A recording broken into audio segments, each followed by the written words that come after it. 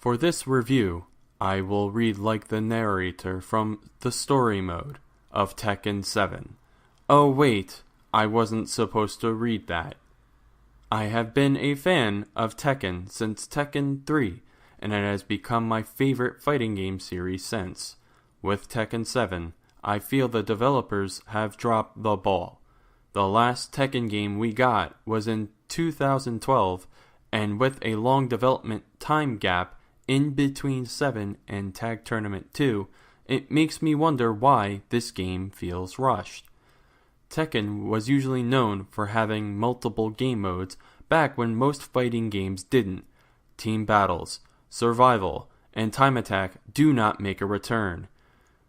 Tekken Bowling and other joke modes, which have been in previous Tekken games, also do not make a return, which I'm sure will upset some people.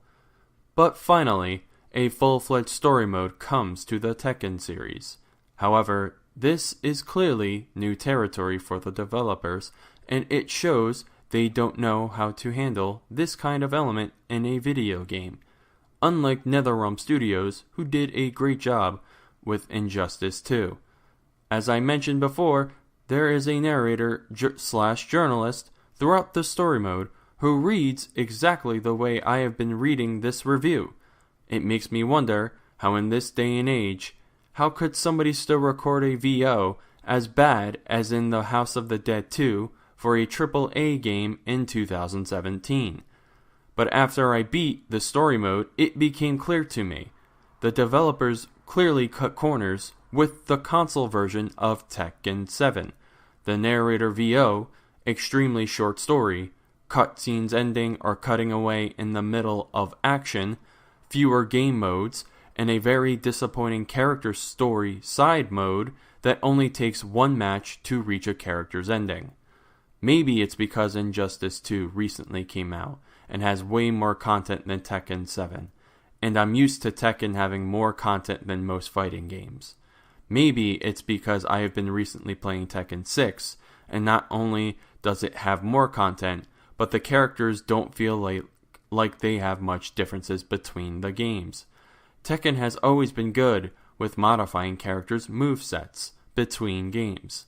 Like in real life, people evolve, and people are going to forget some moves, but add others.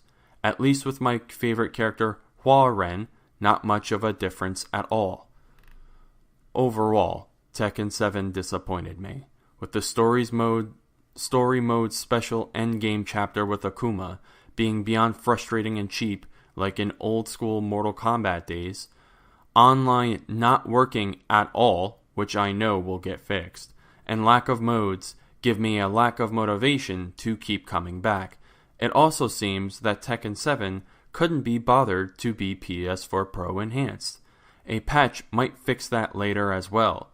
Yes, there is a treasure battle mode, but Virtua Fighter 4 did that first, and Injustice 2 made the gear system worth pursuing.